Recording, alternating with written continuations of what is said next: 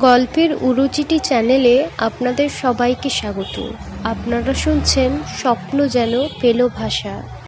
স্বপ্ন যেন পেল ভাষা, কলমে স্বপ্না ভট্টাচার্য, কণ্ঠে সীমা বেরা।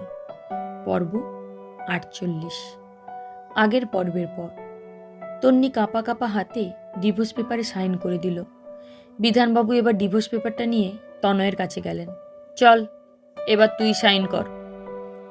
হো হো করে হেসে উঠল তনয়। তারপর বলল, তোমার কি আমাকে এত বাধ্য ছেলে মনে হয় যে তুমি সাইন করতে বলবে আর আমি সাইন করে দেব? তারপর একটা আঙুল এদিক ওদিক নাড়িয়ে বলল, না না না, আমি তো সাইন করছি না, দেখি কি করে এই ডিভোর্স হয়। মিস্টার সাহা বললেন, সাইন করবার অনেক উপায় আমার জানা আছে তনয়বাবু, চুপচাপ সাইন করে দিন, না হলে অন্য উপায় অবলম্বন করতে বাধ্য হব। তনয় বলল, যা করার করে নিন, আমি সাইন করছি না।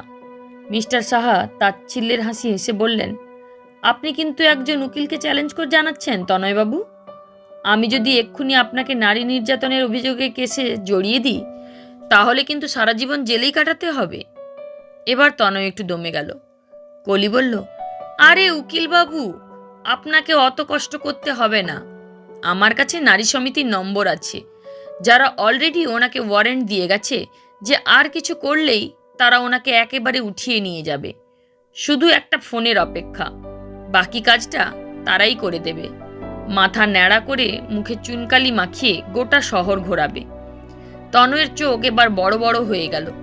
মিস্টার গাঙ্গুলি তনয়ের কানের কাছে ফিসফিস করে বললেন, এখন সাইন করে দিন তনয়বাবু, সম্পত্তি ফেরত পাওয়ার অনেক উপায় আছে, আমি তো আছি আপনার পাশে, চিন্তা করবেন না। এখন আপাতত সাইনটা করে দিন, না হলে আপনার কপালে সত্যিই দুঃখ আছে। তনয় একটা ঢোক গিলে সাইন করে দিল। তারপর বিধানবাবুর দিকে তাকিয়ে বলল, কাজটা তুমি ভালো করলে না বাবা, তোমার এই ভুলের খেসারত অন্য কাউকে না দিতে হয়। তারপর তীক্ষ্ণ দৃষ্টিতে তন্নির দিকে তাকিয়ে বলল, তখন আজকের কৃতকর্মের জন্য পস্তাবে তুমি। এই বলে তনয় বাড়ি থেকে বেরিয়ে যায়। তার পেছনে পেছনে মামাবাবু, মিস্টার গাঙ্গুলি ও মোহরিবাবুও বেরিয়ে গেলেন। তনয়ের শেষ কথাগুলো তন্নির কানে এখনো বেজে চলেছে। সে অস্থির হয়ে বলল, বাবা, আপনি দয়া করে সম্পত্তি নিজের নামে ফিরিয়ে নিন বাবা।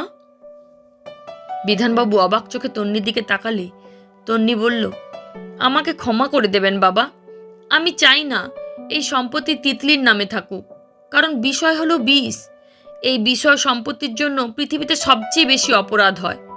আপনার ছেলে এই সবের জন্য তিতলির ক্ষতি করতে ছাড়বে না। আমি তাই বলছি বাবা, আপনি এসব ফিরিয়ে নিন।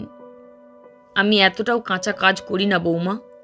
সম্পত্তি ওর নামে করার সাথে আমি আমার দিদিভাইয়ের সুরক্ষার ব্যবস্থাও করে রেখেছি।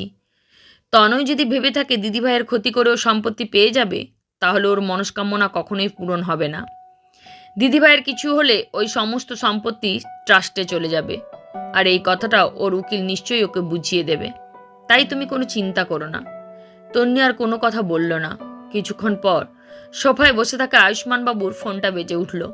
উনি ফোনটা ধরলেন আর কিছুক্ষণ পর বললেন, ওকে থ্যাঙ্কস। তারপর ফোন রেখে তিনি বললেন, বিধানবাবু, টিকিট হয়ে গেছে। কথাটা শুনে রাজ, তন্নি আর পায়েল ছাড়া সবার মুখে হাসি ফুটল। রাজ জিজ্ঞেস করলো, কিসের টিকিট পাপা? আয়ুষ্মান বাবু কিছু না বলে খালি মুচকি হাসলেন। সেই হাসি দেখে রাজ একটু অবাক হলো। বিধানবাবু রাজের কাছে এসে বললেন, বৌমার আর দিদিভাইয়ের মুম্বাই যাওয়ার টিকিট। তন্নি আর রাজ দুজনেই খুব চমকে উঠল। বিধানবাবু বললেন, মনতোষ বর্মন আর তার পরিবার তো ফেরার। ওরা যতক্ষণ না ধরা পড়ে ততক্ষণ আমার মেয়ে আর নাতনি এখানে নিরাপদ না রাজ। তার উপর আমার ছেলেটার উপরেও আমার বিন্দুমাত্র বিশ্বাস নেই। তাই আমি চাইছিলাম তুমি, মানে তোমরা পায়েলের সাথে ওদেরকেও নিয়ে যাও। তন্নি বলে উঠল, বাবা, কি বলছেন আপনি এসব? মোহিনী দেবী বললেন, তোর ভালোর জন্যই বলছে মা। কটা মাস অন্তত থাক তোরা ওখানে, তারপর ওই বর্মন গ্রেপ্তার হয়ে গেলে ফিরে আসবি। তন্নি বলল, ওই লোকটাকে শুধু আমাদেরই ক্ষতি করতে পারে, আপনাদের ক্ষতি করতে পারে না? না, আমি আপনাদের ছেড়ে কোথাও যাব না। আমাদের কিছু করার ক্ষমতাও কেন ওর ওপরের গদিতে বসে থাকা তার বাপেরও নেই। কিন্তু তোমাদের নিয়ে আমার ভয় বৌমা, তাই তোমরা কিছুদিনের জন্য মুম্বাই চলে যাও। এখানে সব কিছু ঠিক হয়ে গেলে আমি নিজে গিয়ে তোমাদের নিয়ে আসবো। তন্নি আবার বলল, কিন্তু বাবা। কিন্তু বিধানবাবু তন্নিকে মাঝপথেই থামিয়ে বললেন, ব্যাস, আমি আর কোনো কথা শুনতে চাই না। আমাকে যদি নিজের বাবা বলে মনে করে থাকো, তাহলে এই বাবার সিদ্ধান্ত মেনে নেবে। অন্তত দিদিভাইয়ের জন্য তুমি যাবে। তন্নি আর কিছু না বলে অসহায়ভাবে বিধানবাবুর দিকে তাকিয়ে রইল।